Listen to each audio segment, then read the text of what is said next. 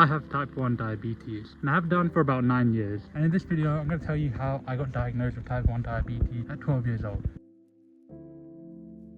So let's go back to the summer of 2016. In this summer, just finished year 7, feeling good, about to go to year 8, which happened to be one of my favorite years because it really had no consequences. And at the start of that summer, I was pretty tall for a 12-year-old. I was maybe about 6 foot, and so I was naturally on the heavier side, maybe about 66 kg or something when I was 12. And that summer I started losing weight. I was a little bit overweight anyway, so I thought this was a good sign, and I was enjoying it. So I was losing weight, I was getting taller, life was good. And yeah, we went to Thailand that summer, and again I was losing weight. My face started to look really skinny actually, probably the skinniest it's ever looked. And yeah, I was just losing weight rapidly, and I thought that was okay because I probably thought I was getting healthy. I thought I was doing a good thing. Yeah, as that summer progressed, once I came back from Thailand, I remember I went out with one of my best friends to Nando's, and I've always got the same order from Nando's. I usually get like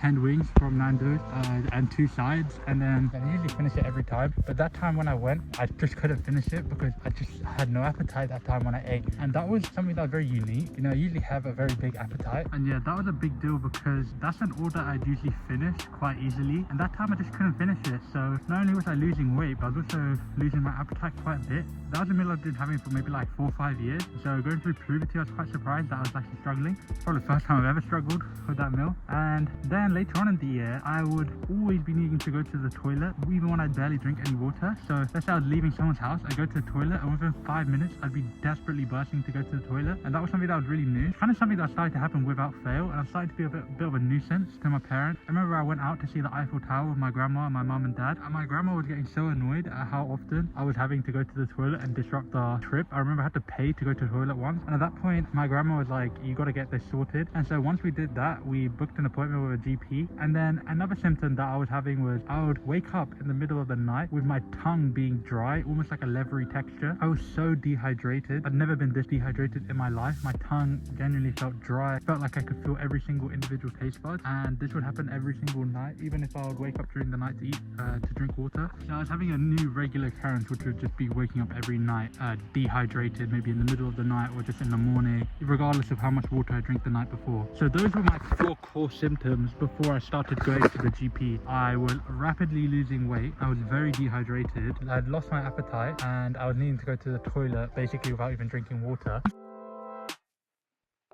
I mentioned those 4 symptoms to my GP, his face kind of dropped, and he told me straight away that I had to go to the hospital. He told me to go home, get a few things, and go to A&E and tell them my symptoms straight away. And he basically said then that I think you might have type 1 diabetes. Now, once I had told this, I went home, got my 3DS, got like some essentials, I think I brought Pokemon, Alpha Sapphire, and yeah, I thought I'd just be there for a bit. As soon as I got there, they took me in, they tested my blood sugar, and once they saw that it was high, which is what you'd expect for someone who has the symptoms of type 1 diabetes, they told me I had type 1 diabetes, and that I'd need to be in the hospital for about a week or 2 weeks until my blood sugar stabilized. And so at this point, again, since I was overweight, I thought that this was something that was my fault, that I had basically caused this from eating too many sweets and things like that. And I remember my mom started crying straight away, and I just felt bad because I thought that I had done something wrong. But then I come to realize that this is just an autoimmune disease, one that I really didn't have any control of whether I got it or not. Because how type 1 diabetes works is that your immune system attacks part of your pancreas known as your beta cells, and these are the cells which are responsible for making insulin. So when you're type 2 diabetic, your body doesn't respond to the insulin that you make, but when you're type 1 diabetic, your body doesn't make any insulin at all. Type 2 diabetes comes from an increase in insulin resistance, which is when your body stops to react to it slowly, and that typically comes from bad health. And what insulin does is it's the hormone that takes sugar in your bloodstream and takes it to the cells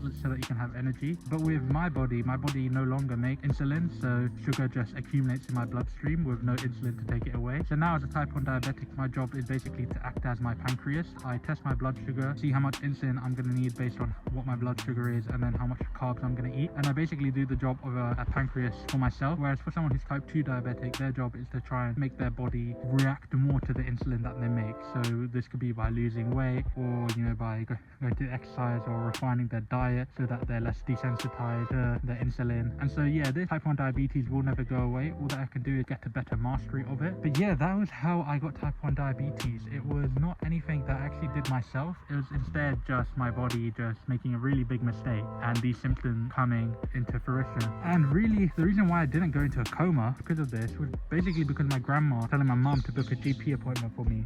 If it wasn't for my grandma, what would have happened is that my blood sugar would have gone higher and higher and higher as my body stopped producing insulin. And eventually I would have probably collapsed and gone into a coma, been rushed to the hospital, and then I would have woken up one day after being in a coma and told that I'm type 1 diabetic. So really the moral of the story is have a great grandma, but also the moral would be to, you know, react to your body if a lot of strange things are happening at once. For me, you know, I was losing appetite whilst going through puberty, which was really weird. I was losing rapid amounts of weight without trying, waking up every morning dehydrated despite drinking plenty of water, and I was needing to go to the toilet when I wouldn't drink any water at all, or when I would have just gone to the toilet myself. So yeah, that would be another story. Just listen to your body. And once I did go to the hospital, I stayed there for about 2 weeks while they just brought my blood sugar down, and everyone was really nice, and somehow I just got to grips with it straight away. But I was pretty lucky with that because it's quite a difficult thing to get adjusted to, but I think the people at the hospital were just quite nice with it, so yeah, it worked out pretty well.